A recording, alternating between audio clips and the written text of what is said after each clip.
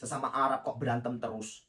Bagaimana teman-teman kalau ternyata berantemnya bangsa Arab saat ini adalah hasil settingan dari bangsa asing terutama dari Eropa agar disetting sedemikian rupa untuk mencapai goals atau tujuan tertentu.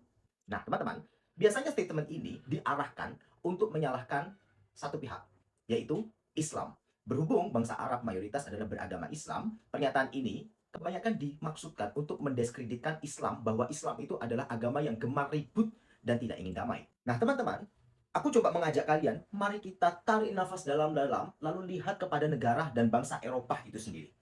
Lantas mereka mempengaruhi pikiran orang-orang dengan mengeluarkan argumentasi bahwa Eropa adalah negara yang maju, damai, dan stabil yang notabene bukan negara Islam.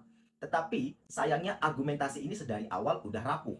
Kenapa? Karena kalau kita mau jujur teman-teman, Eropa itu baru merasakan perdamaian setelah berakhirnya Perang Dunia Kedua, yaitu 1945. Dan mereka baru benar-benar merasakan nikmatnya dan indahnya perdamaian adalah saat berakhirnya Perang Dingin di tahun 1991. Lalu sebelum itu, justru Eropa menjadi panggung yang berdarah-darah. Mari kita absen satu-satu peperangan dahsyat yang terjadi di Eropa. Yang pertama, di abad pertengahan, kerajaan-kerajaan Eropa justru saling berperang, di mana salah satu contohnya adalah Perang 100 tahun antara Inggris dan Prancis. Kemudian yang kedua, ada Perang 30 tahun yang terjadi antara duel pemikiran antara Katolik dan Protestan yang hingga meluluh lantakkan wilayah Jerman dan sekitarnya.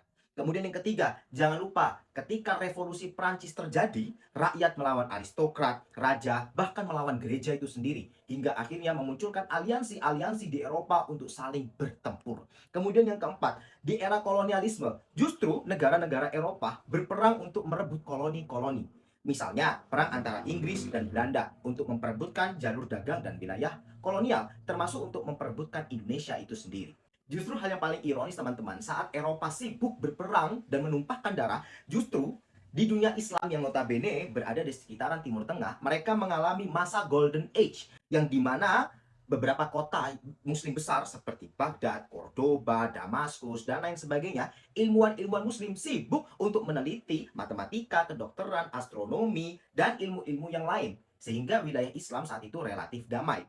Nah, teman-teman, jadi kalau masih ada yang bilang bahwa Arab itu berantem terus karena mereka Islam.